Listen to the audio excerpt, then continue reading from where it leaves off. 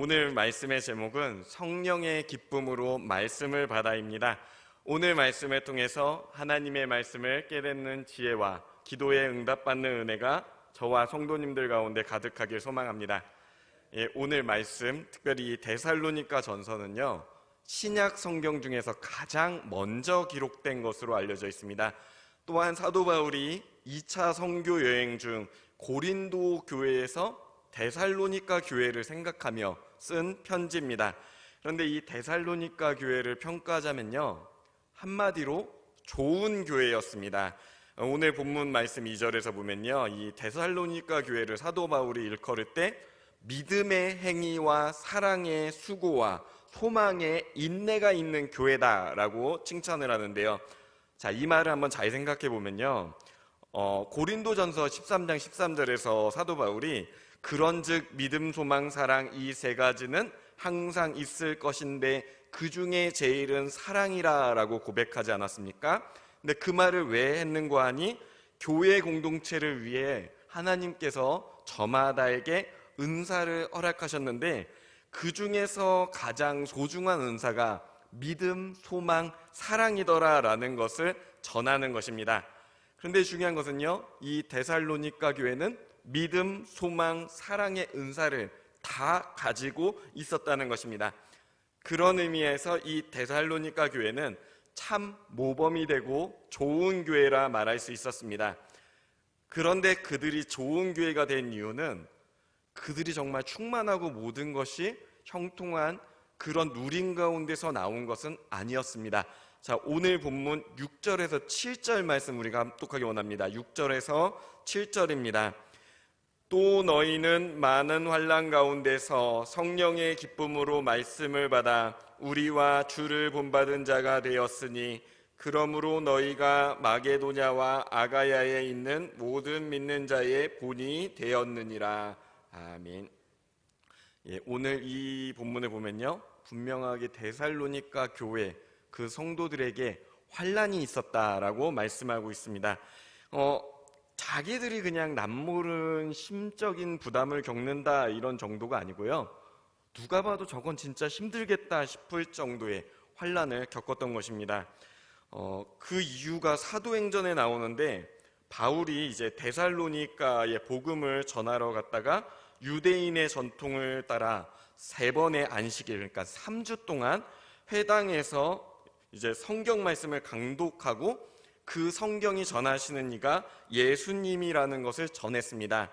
사실 당시 초대교회의 전도 방식이 그랬습니다. 그러니까 지금 우리로 따지면요, 구약 성경 말씀을 읽은 후에 이 구약 성경의 성취가 바로 예수님이 오신 것입니다 라고 증언한 것입니다.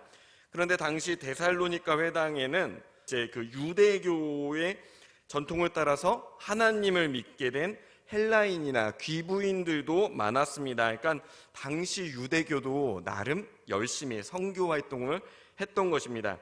근데 이제 문제는 사도 바울이 회당에서 성경 말씀에 예언된 그 그리스도, 그 메시아가 예수님임을 증거하자 그들이 이 복음을 듣고 믿음이 생겨 예수님을 자신의 구주로 영접하기 시작한 것입니다.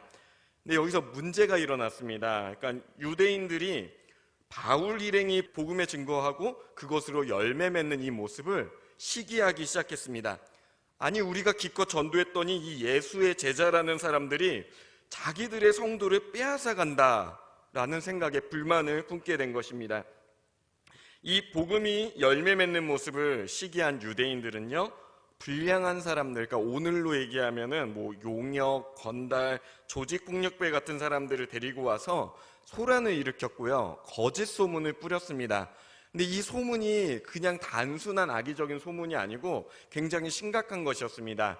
그 내용인즉 바울이 로마 황제 가이사가 아닌 다른 임금을 전하며 그 임금의 이름이 예수라 증언한다는 것이었습니다. 근데 당시 이는 굉장히 생명의 위험을 줄 수 있는 정치적으로 굉장히 예민하고 위험한 비방이었습니다.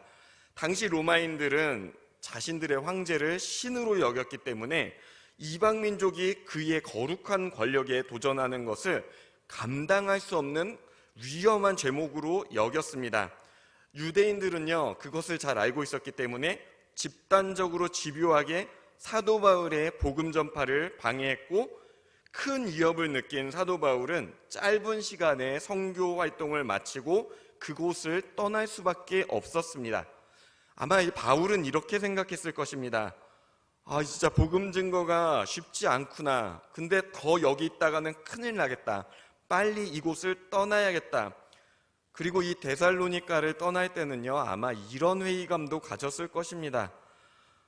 데살로니가 내가 예수님을 전하지 못하고 떠나다니, 내가 겨우 이 정도밖에 안 되는구나.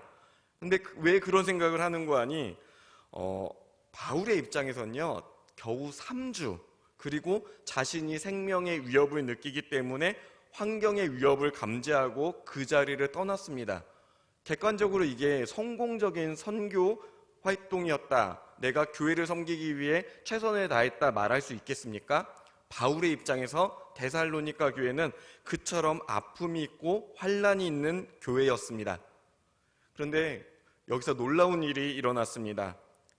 그렇게 3주 동안 말씀을 뿌리고 갔는데 이 데살로니가에서 교회가 시작되었고, 그들이 부흥하였으며 믿음의 바른 본을 보여 마게도냐와 아가야에까지 좋은 소문이 나는 교회가 되었다는 것입니다. 8절 말씀 우리가 함께 합독하기 원합니다. 8절입니다.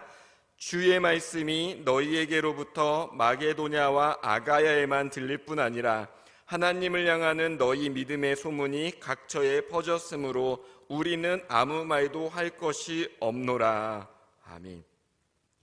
이것을 어떻게 이해할 수 있겠습니까? 그들은요, 충분한 시간 동안 양육되고 훈련된 교회가 아니었습니다. 사도 바울을 비롯한 복음 증거자들이요, 그저 짧은 시간 복음을 전하고 추방되다시피 그곳을 떠났습니다. 유대인들은 정치적 선동과 폭력으로 억압하였고, 복음을 들은 구성원들은요, 순수한 유대인들 뿐이 아니라 이방인들도 섞여 있었기 때문에 그들은 서로 하나의 공동체를 이룰 만한 접촉점도 없는 사람들이었습니다. 당시 시대는 어떻습니까? 폐쇄적이고 민족적 갈등이 최고조에 달하던 시대, 정치적 억압마저 행해지던 그 시대에 여러 민족이 모여서 복음을 들었습니다. 도대체 이런 상황에서 어떻게 열매를 맺을 수 있단 말입니까? 객관적으로 보면요, 도저히 좋은 열매를 맺을 수 없는 토양이지 않습니까? 그러니까 당연히 기대를 하는 것 자체가 말이 안 되는 상황이었습니다. 그런데 사랑하는 성도 여러분, 그 땅에 놀라운 열매가 맺어졌습니다. 그리고 그 열매는 교회의 모범이 되었습니다. 데살로니가의 교회가 시작되고 성장한 이유, 우리가 그것을 무엇으로 설명할 수 있겠습니까? 심지어 아까 8절 후반절에 보면요, 사도 바울도요, 우리는 아무것도 할 말이 없노라, 아무 말도 할 것이 없노라 라고 고백하지 않습니까? 그렇습니다. 이게 아무리 생각해도 엉망이 돼버린 선교 활동이었는데 그곳에서 교회가 시작되더니 부흥되고 그들로 말미암아 하나님의 말씀이 선포됩니다. 무슨 말을 할 수 있겠습니까? 이에 대해 사도 바울이 한 가지 그 이유를 이해할 수 있는 방법이 한 가지밖에 없었습니다. 그것이 무엇인가 하니 6절에서 고백한 대로 그들이 성령의 기쁨으로 말씀을 받았다는 것입니다. 그 이유는요, 논리적으로 설명할 수 있는 것이 아니었습니다. 그저 하나님께서 역사하시고 놀라운 은혜로 이 교회를 세우셨다라고밖에 고백할 수 없었던 것입니다. 오늘날 우리 한국교회가 정말 그 예전에 비해서 어렵다는데 점점 더 어려운 상황에 빠져가고 있습니다. 특별히 이번 코로나 때는 우리 교회가 굉장히 언론에 굉장히 타격을 많이 받았습니다. 우리 교회의 잘못된 행보들이 들춰지기도 했지만 또 과장되거나 왜곡된 소문들도 많이 퍼졌습니다. 이로 인해 교회에 대한 신뢰성이 차츰 떨어지더니 코로나19 때 여러분 많이 기사를 보셨죠? 마치 교회 자체가 이 사회 안에 굉장한 해악인 것처럼 그렇게 여겨지는 지경이 되었습니다. 대면 예배가 제한됐었고 비대면 온라인 예배가 전환되었을 때 많은 기독교인들은요, 신앙에 대해 회의를 느꼈다고 합니다. 이제 목회연구소 데이터에서 제공한 자료를 따르면요, 우리나라에 있는 주요 5개의 종교 중에요, 자신의 종교에 분명한 확신을 가지냐라는 이런 설문조사를 한 적이 있다고 합니다.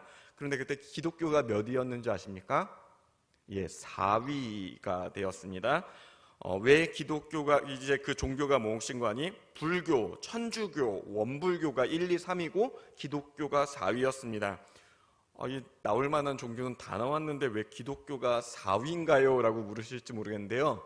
5위는 이슬람입니다. 예, 이슬람은 이 테러 때문에 도저히 우리나라에서 이미지가 개선될 수 없는 그런 굉장히 해악을 끼치는 종교다, 이런 인식이 있었는데요. 이제 문제는 그것을 차치하고 생각하더라도 우리 기독교인들이 자신의 정체성과 신앙에 대해 확신을 가지지 못한다는 문제가 지적되고 있습니다. 사회적인 억압, 압박 속에서요, 우리의 신앙의 확신이 이처럼 작아지고 있음을 보여주는 것입니다. 왜 우리의 신앙이 이처럼 연약합니까?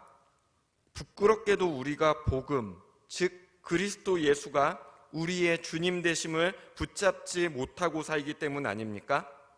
구원의 확신을 붙잡고 나아가지 못하기 때문에 환난과 어려움이 당할 때 교회가 서서히 약해지고 있는 것입니다. 물론 이렇게도 말씀하실 수 있습니다. 말은 쉽죠. 누가 모릅니까? 사람들이 힘들다 할 때는요, 그냥 입에 달린 말이 아니고 정말 힘든 경우가 많습니다.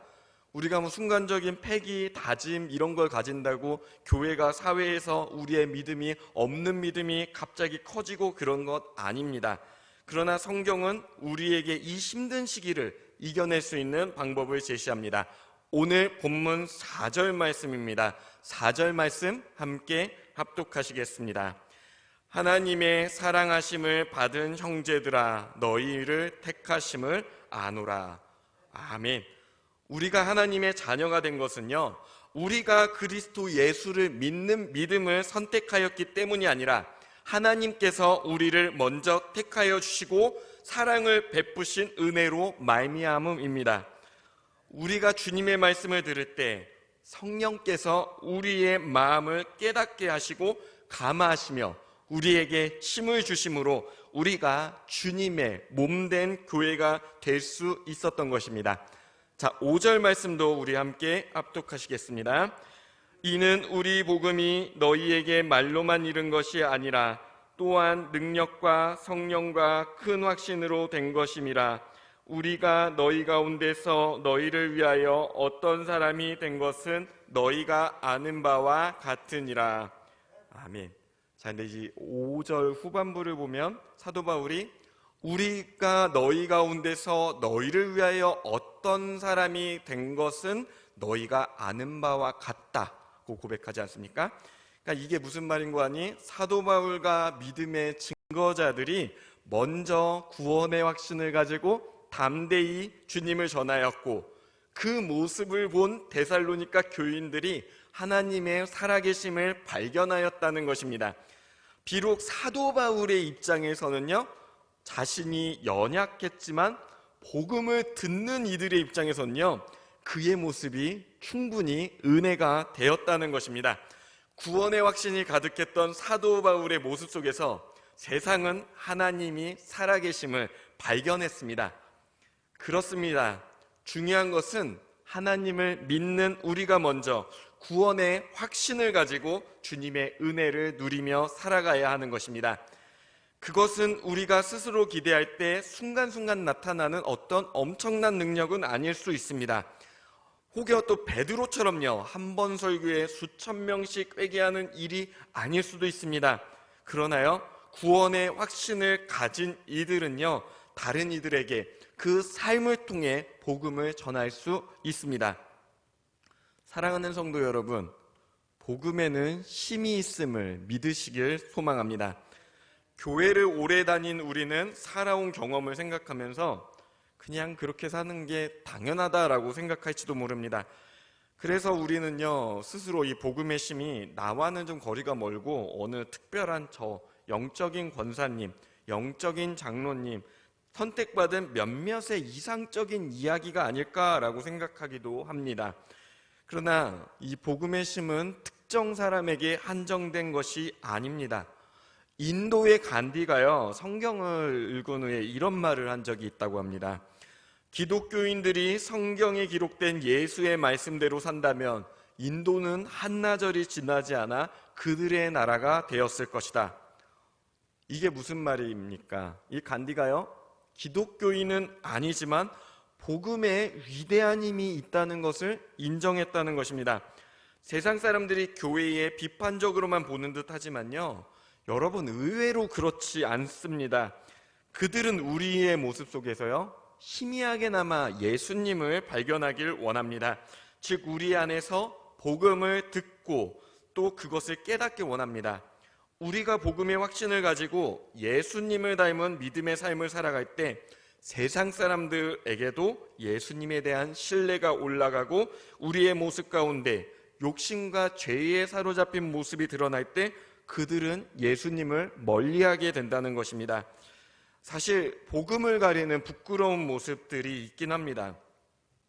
교회 안에 있는 구성원들 중에 세속적인 욕심, 교양 없는 태도, 비상식적인 갈등이 드러날 때마다요, 세상은 교회를 비아냥댑니다. 근데 여러분, 이 부분 우리가 잘 생각하셔야 합니다. 믿는 사람이 냉소적인 비난을 받는다고 그것이 다 신앙 때문은 아닙니다. 정말 그 사람이 뭔가 잘못해서 꼴불견 행동을 하고 있는 것일지도 모릅니다. 우리가 기독교인이라고 해서 그것이 예외인 것은 아닙니다. 우리가 복음을 전하고 구원의 확신을 가진다면요, 우리는 누구보다도 더 교양 있고 정중한 삶의 모습을 가지기 위해 노력해야 합니다. 왜냐하면 우리의 태도 속에서 우리의 믿음이 세상 가운데 드러나기 때문입니다. 그래서 우리가 복음을 전할 때요, 무엇보다 믿음, 소망, 사랑의 은사를 강구해야 합니다. 이 세 개의 은사가 있다면 우리가 세상을 품고 그들 가운데서 모범적으로 주님의 사랑을 온전히 드러낼 수 있기 때문입니다. 현대를 살아가다 보면 이제 사회생활 속에서 이제 될 일, 안 될 일 이런 거 견적내는 거 익숙해지지 않습니까? 이를 가늠하고 견적을 내는 거 실제로 사회생활에 있어서 필요한 요건입니다. 그것을 잘하는 사람을요, 준비성이 철저하고 신뢰할 만한 능력 있는 사람이다라고 우리는 말을 합니다. 그러나 사랑하는 성도 여러분, 복음은 진정 사람을 변화시키는 능력을 가지고 있습니다. 이 복음이 힘이 있습니다. 개인을 변화시킬 뿐 아니라 사회를 변화시킬 놀라운 능력이 있습니다. 그것이 어떻게 가능합니까? 성령께서 역사하시기 때문에 가능한 것입니다. 성령님은 하나님의 말씀이 선포될 때 우리 안에 내주하시며 우리로 하여금 하나님의 뜻을 깨닫게 하시는 은혜의 하나님이십니다. 그 성령 하나님께서 짧은 시간 동안 어려운 가운데 뿌린 이 복음의 씨앗을 데살로니가 교인의 마음 깊이 뿌리 내리게 하사 열매 맺게 하셨습니다. 그리고 그들로 하여금 세상 가운데 좋은 소문이 나는 영향력 있는 교회가 되게 하셨습니다. 그 성령 하나님이 바로 우리의 하나님 되심을 믿으시길 소망합니다. 우리는 환난 가운데서도 하나님의 복음에 대한 확신을 가지고 복음을 전하며 복음을 살아내는 사명자의 길로 나아가야 합니다. 그때에 사람의 마음을 감화시키시고 그를 당신의 자녀로 택하시는 분, 그분이 바로 우리의 하나님이십니다. 중요한 것은 우리가 이 복음의 능력을 믿고 전하는 사역에 순종해야 한다는 것입니다. 주님께서는 늘 당신의 자녀를 증인으로 세우시고 그를 통해 하나님의 놀라운 능력을 행하시기 때문입니다.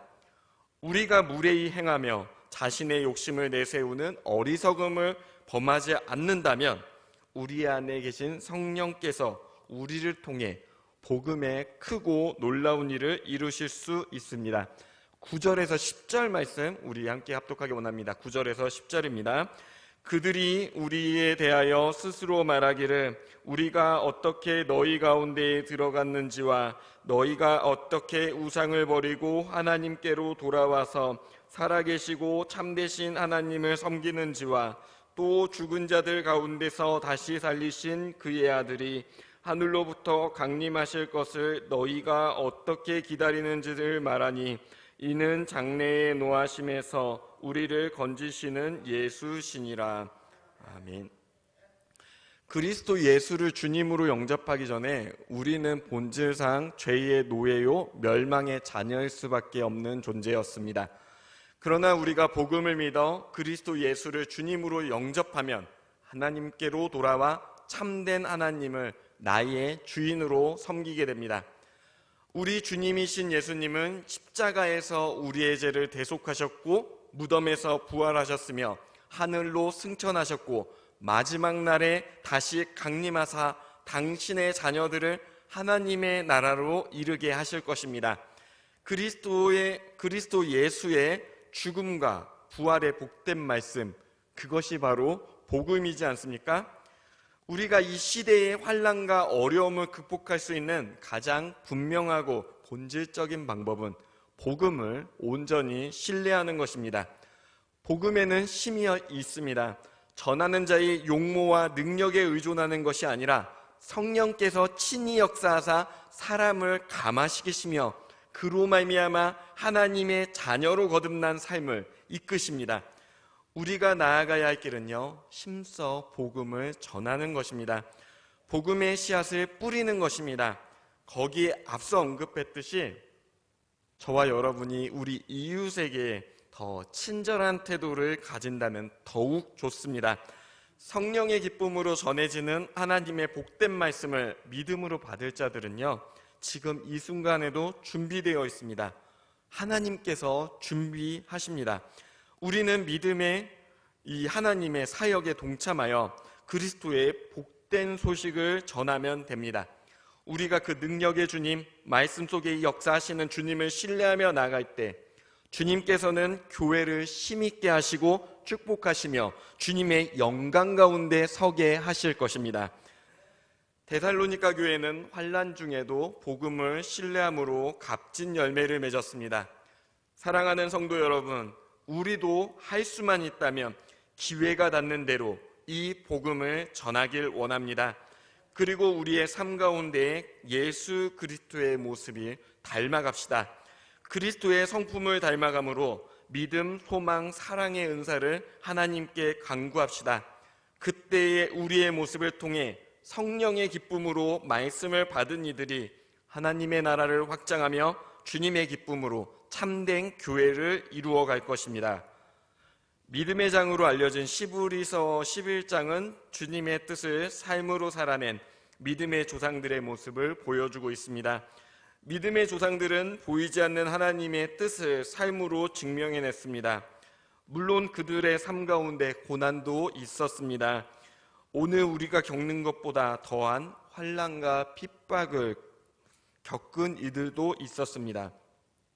시브리서 11장 33절에서 38절 상반절까지의 말씀을 우리가 함께 합독하기 원합니다. 함께 화면에 지금 떴습니다. 함께 합독하게 하시겠습니다.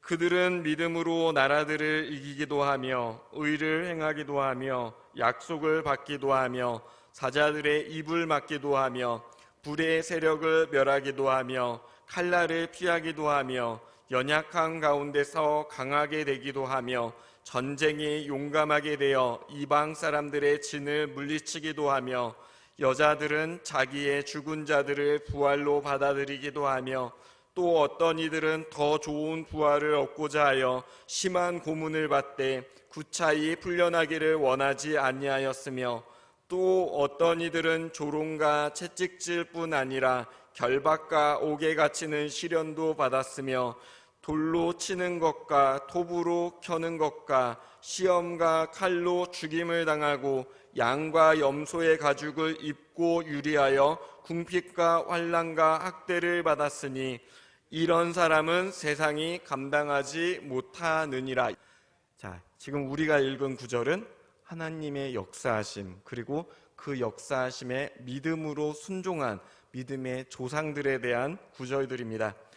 그들은 믿음으로 하나님의 뜻을 확신하며 살았고 그 열매로 우리가 읽은 말씀들의 상황, 그 어려움들을 극복하셨습니다. 그리고 그 믿음의 선진들이 성경을 통해 이렇게 고백되고 있습니다. 이런 사람은 세상이 감당하지 못하느니라. 사랑하는 성도 여러분, 우리가 바로 그 세상이 감당할 수 없는 사람이 되길 소망합니다. 우리가 성령의 기쁨으로 말씀을 받을 때 우리를 통해 하나님의 나라가 확장되는 놀라운 일들을 체험하실 것입니다. 바로 여러분이, 바로 우리가 세상이 감당할 수 없는 믿음의 사람들이 되길 소망합니다. 물론 여러분, 이 예배당을 나서면 그 마주하는 현실을 보며 정말 사는 게 쉽지 않구나, 이 상황들이 어렵구나라는 것들을요 직면하시고 체감하실 것입니다. 그러나 바라기는 담대히 나아가시기 원합니다.